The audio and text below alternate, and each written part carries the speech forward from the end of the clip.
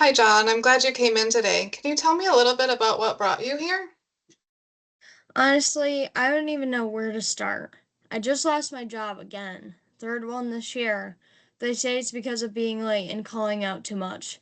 But it's not like I wanted to miss work. Something happens when I try to leave in the morning. It's like this wave of dread hits me and I just freeze. That sounds really difficult. Can you say more about that sense of dread?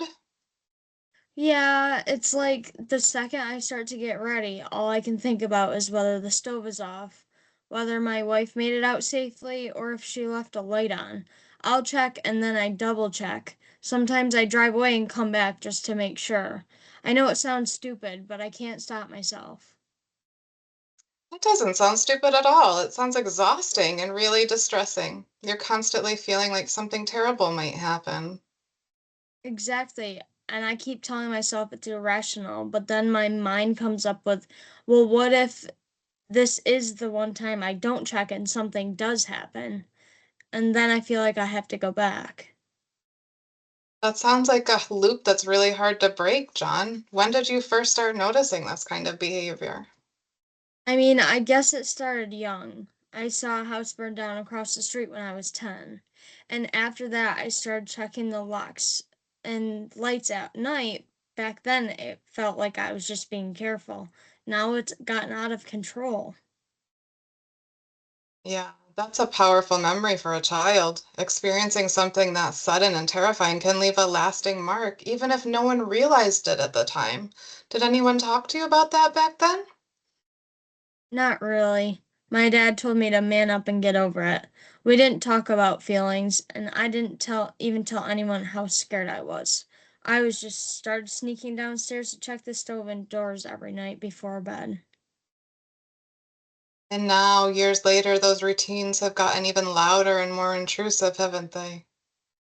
Yeah, I've lost entire mornings doing it. One time I was 2 hours late to work because I kept turning around to recheck the garage door, and my boss was furious. But I couldn't stop. I don't even know what I'm looking for anymore, just some kind of certainty. In that absence of the certainty, the anxiety builds, I hear. Have there been any other times in your life where you've felt similarly overwhelmed? Yeah, senior year of high school, I was under a lot of pressure. My grades, expectations, college stuff. I started shutting down, pulling away from people that I cared about. And when my uncle died 5 years ago, he was like a second dad to me. And that's when the anxiety kicked up big time. Oh, okay. Did you ever talk to anyone about how that loss affected you?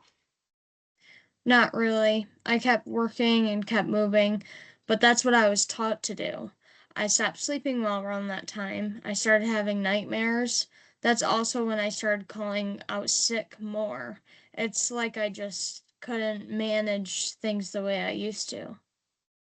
How are things at home right now, John? Not great. My wife's frustrated. I get it, me not working, getting stuck in these routines, but instead of helping me calm down, she just gets angry, and that makes me even more anxious. Then I get angry too, and we barely even talk some days. That sounds like a really painful cycle for both of you. Have you been able to sit down and talk openly about what you're experiencing with your wife? She's tried, but I shut down. I feel ashamed, I guess, like I'm failing her. She didn't sign up for this, you know. I can tell she's getting tired, and I don't blame her. Shame can be a powerful emotion. It often keeps us from reaching for the support we actually need. You're not alone in that. And you're here now, which tells me you do want to face this. I think I'm finally realizing I can't do it alone. I was raised to keep everything to myself. Mental health wasn't a thing in our house. My dad was a man's man, strict. Didn't believe in complaining. I learned to just push through it all. But I'm realizing that's not working anymore. John, you're showing a lot of insight already. That's an important first step. Can I ask you more about your family, your parents, and your siblings?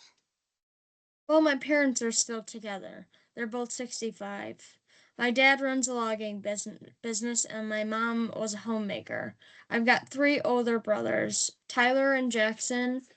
Our twins, they're 30, and Renee's 32. We used to be so close, but we've all gone our separate ways. I don't talk to them much now. Okay. Do you think your brothers would understand what you're going through if you opened up to them? Maybe Renee. He's a bit more open minded, but even then, we don't really talk like that. We just send each other memes or check in on football scores. Sometimes even a little connection like that can be a starting point. What about your health overall? How are you feeling physically? It's okay, I guess. I smoke cigarettes every day, probably too much. Haven't seen a doctor in a while. I just haven't had the energy. I've been feeling more tired lately, but I figured that's just the stress.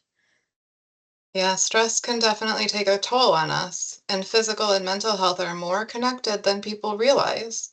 What about your work and education? What's your background there?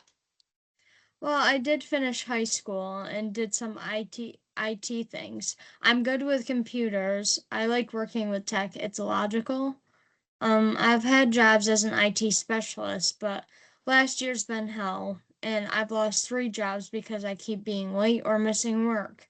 It's like this spiral. I get anxious, can't leave the house, lose the job, feel worse, rinse and repeat. That spiral feels endless, I can tell. But it can be interrupted. We can work on finding tools and strategies to slow that loop down. Do you do anything for fun or to relax? Well, it used to be video games, fixing old electronics and stuff like that. Haven't touched any of it in months. I just don't care anymore. I mostly sit around worrying. When you think back to a time when life felt more balanced or fulfilling, what comes to mind? Maybe my early 20s when I started working full time. I had a routine, friends, even went to the gym. I felt like I had a purpose. Now I feel like I'm just existing. Thank you for being so honest, John. I know how hard this can be to talk about. You mentioned earlier that you've been trying to handle everything alone. What's making you reach out now? I think I've hit my limit. I can't keep doing this, failing at jobs, arguing with my wife, feeling like something's always about to go wrong. I need to figure out what's going on for me. Or with me, I just don't want to lose everything. That's a really strong reason to be here. I'd like to work with you to start understanding these patterns and to reduce some of the dread and anxiety that you're feeling. It might not be a quick fix, but it's a process, and you've already taken the first step. How does this sound? I guess I'm willing to try, but I can't promise I'll be good at this stuff. But I'm here. That's more than enough for now, John. You're not alone in this anymore.